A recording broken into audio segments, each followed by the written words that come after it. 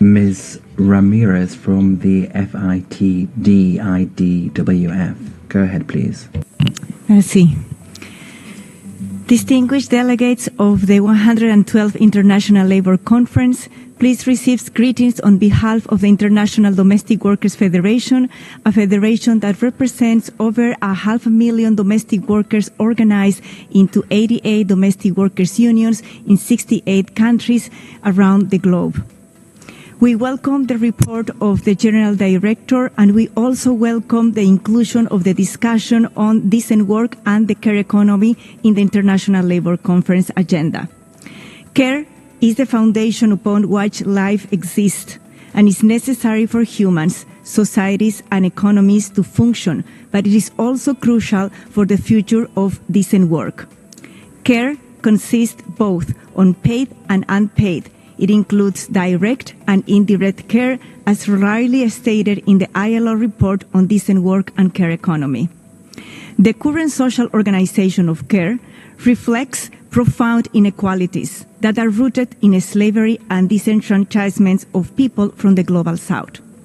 Such inequalities are expressed through differentiation of social and economic status and positions of power that are often used to exploit the labor of racialized women, girls, migrant women, and migrant working in informal employment. The unequal organization of care, it is both a driver and an outcome of poverty and structural inequalities, with implications for the rights and the well-being of those who provide and receive care. Domestic workers are a key pillar of the care economy. Considering only those who are only employed directly by the household, they account for 25% of all care workers globally. Around the world, there are 75.6 million domestic workers that are aged 15 years and over. Domestic workers have a long tradition of organization and mobilization to recognize care work performed at the household level as work and the rights of workers. This legacy informs the current conceptualization of care work as work, which is also ingrained in the ILO Convention 189 on decent work for domestic workers, promoting decent work for domestic workers. C189 must be at the core of any care economy agenda and policy at the level of the national level. Despite the relevant contributions that domestic workers provide to the care economy, societies continue to place a low social and economic value on domestic work. It is often considered unskilled and an extension of women's unpaid care work. Compared to those other wage workers, domestic workers tend to have lower wages, fewer benefits, and fewer legal and social protections. Very, very few domestic workers enjoy employment contracts. They usually have no maternity leave, health care, or pension provisions. Temporary migration policies lead to a structural suppression of domestic workers' labor rights. The undervaluation and under-recognition of domestic workers must change to reflect their invaluable role in supporting household economies, societies, and enable them to enjoy their human rights. ILO Convention 189 sets the minimum standards for decent work for domestic workers. Only 36 countries have ratified this convention, which reflects how challenging it is to reform the sector. C189 should be recognized as a central pillar of any national care policy.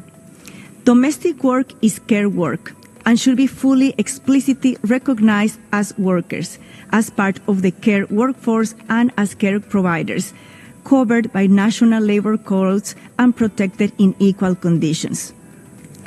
Pathways to domestic workers' formalization should be prioritized, and their skills acquired through either training or experience should be recognized, valued, and fairly remunerated. Care must be seen as a human right.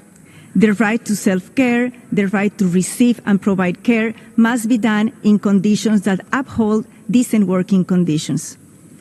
Care should be recognized as a public good, operating on principles of solidarity, equity and universality, and the leadership of the state. Rights-based migration pathways should empower and protect domestic workers through open work permits covered by labor and social protection regulations, while offering permanent residency status in the country of destination and family reunification avenues. Bilateral agreements should be based upon C189 decent work on domestic workers standards.